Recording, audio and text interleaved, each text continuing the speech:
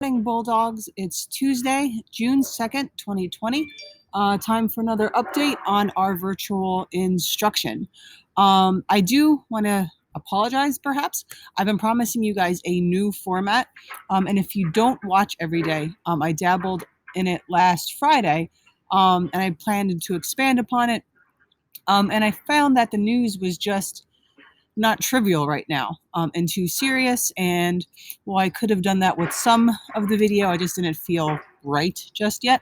So go back and check Fridays if you didn't watch it, if you want to see things I tried, and maybe I'll give it another go if I find a more appropriate way to do so. I apologize if the noise is too loud outside. It's noisy everywhere. Okay, so I'm sure you've been aware of what's been happening over the past week after the death of Mr. George Floyd in Minneapolis. Protests have spread outside Minneapolis to around the country. Many have been peaceful, some have not. Some have been started one way and ended another way. They all have their own characteristics per se.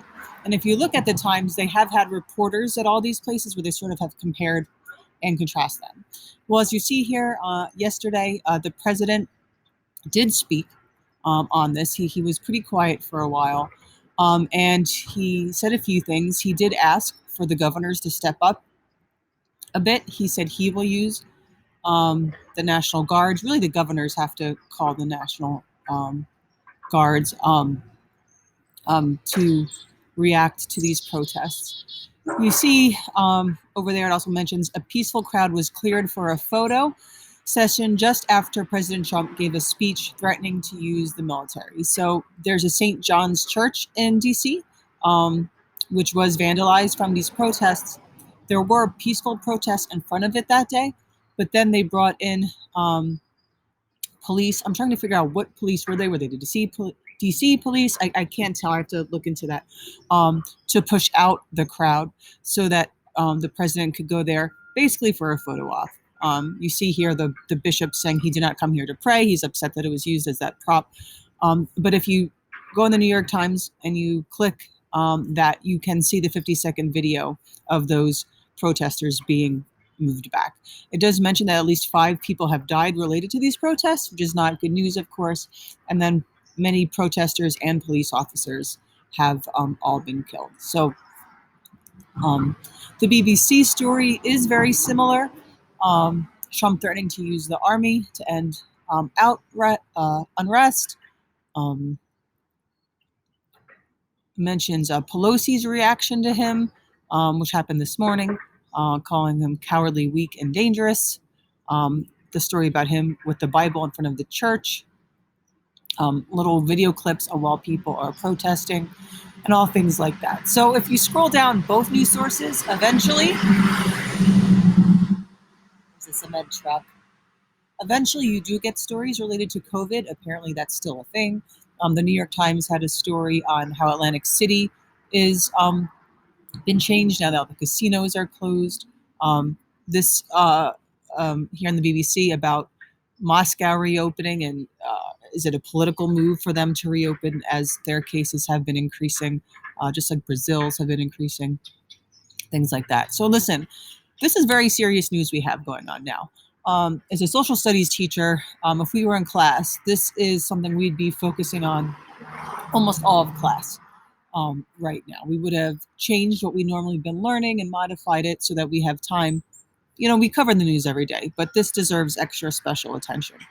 This is the time where it would have been so valuable for us to meet as a class and discuss and listen to each other. I'm sure some of you not only been affected by COVID, but maybe there's been protests in your city. Maybe they're peaceful, maybe they're not. Maybe you know people involved in them. Maybe you have stories of good about the police or bad about the police, or different examples of racism that you may have faced. And we need to listen to each other, and we need to share these stories. And that's the only way we can make a positive path forward. And it really pains me that there's no real good way for us to do that with the virtual instruction. I can set up a Flipgrid. I can set up where we can write a discussion, but it's not as powerful. We lose some of the impact.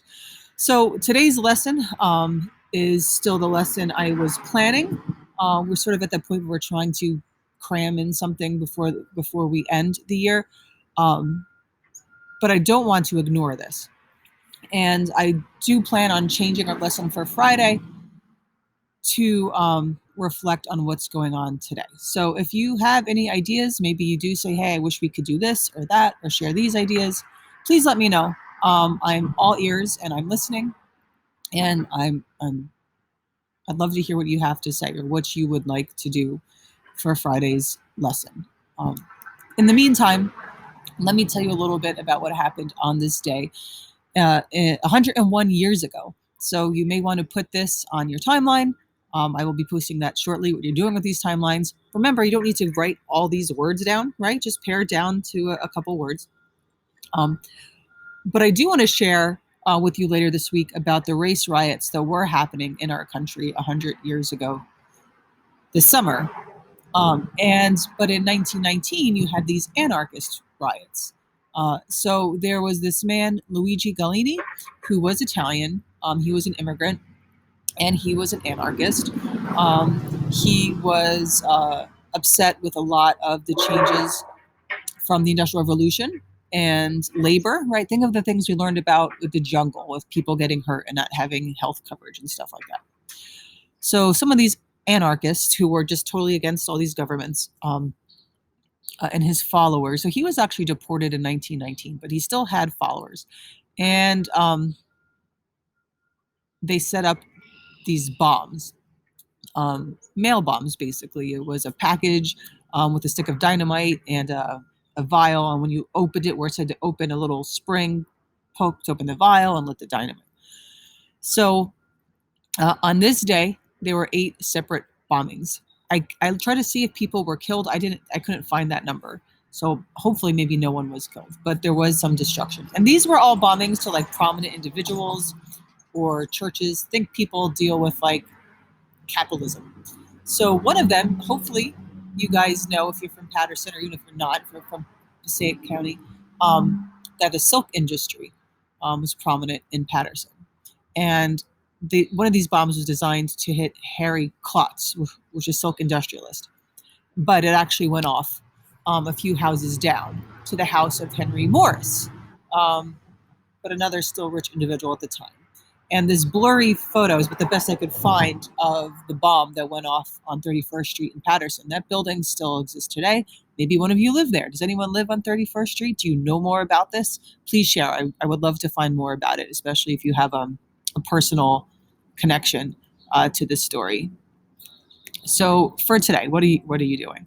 And if you are fast forwarding to this part because you want to know what you're doing, please go back and listen to what I have to say about the news, because that's more important than anything we do, that we post on Canvas and we write a few paragraphs. Knowing what's going on now is vital.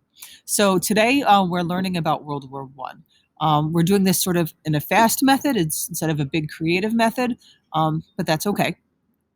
So it may seem like a lot. This is an honors class. I thought you guys could step up your game a little bit. It's not that challenging as far as Google Forms go, right?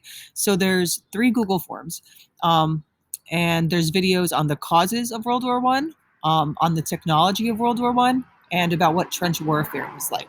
Most years people like these videos. They find them interesting. They find them disturbing. Some of these videos are from my old YouTube channel. I redid, I think, the trench warfare one last year. So you see here soldiers who were gassed with their eyes all bandaged up. So do that. Do those 3 forms. Average those 3 forms together, right? Do this at your own pace. Do one right away. Do one later. Do 2 tonight. Do 1 tomorrow morning. If you want to just get them all over with, get them all over with. But, do it at your own pace. That's the first part. I'm going to give you a second classwork grade today, and that is an actively learn. The biomed kids may know a lot about this, because I know you've been covering a lot about COVID since you've been at home. And this is 8 misconceptions about the 1918 flu, which was the greatest pandemic in history. Is it still the greatest pandemic in history? This was made before coronavirus. That would be an awesome question, wouldn't it? So there's only 6 questions Okay, one of them is a poll, which means you're not graded on it. Then there's 4 multiple choice and 1 short answer. So remember, spend some time with this short answer. I said to get a 4, you want to actually reference a news story that we've covered since we've been home. You might want to go back to an old video and look it up. But it's one more classwork grade. So just keep in mind that there's only a few questions. They're each worth a large amount of points. Okay, so do that when you're comfortable doing it. Lastly, the last project of the year, which I'm posting soon, it's going to be pretty simple, but you're going to have to just remind me, what contest did you do most recently? Let's post your timeline, right? You're pretty much just putting up things you've already done. If you have not done a recent contest, which means, I was supposed to do the podcast, but I didn't submit it, or I was supposed to do Thomas Edison, but I didn't, or a poster, right? Some of you guys were doing this poster contest, but if you did not submit it, what you want to do is, this is your last chance to save that sort of grade. And it is a writing competition, but you're creating a child's piece of writing, like a story to read them. It's not an essay or anything like that. So a good chance for you to be creative, maybe test it out if you have any younger siblings or cousins that are safely nearby. However, it's due June 5th, which means I want to see that they're done by the end of the 4th so that we can make sure they're all submitted on the 5th. If you've already done all your contests and you want to do it for some extra credit, just for fun, go ahead and feel free. All right, I'll be around for questions for most of the day. I know I have some meetings and my kids have some meetings I need to be there with, but just keep this in mind. All right, I hope everyone is well. Share with me ideas that I mentioned earlier. Be safe, and I'll see these classes on Friday.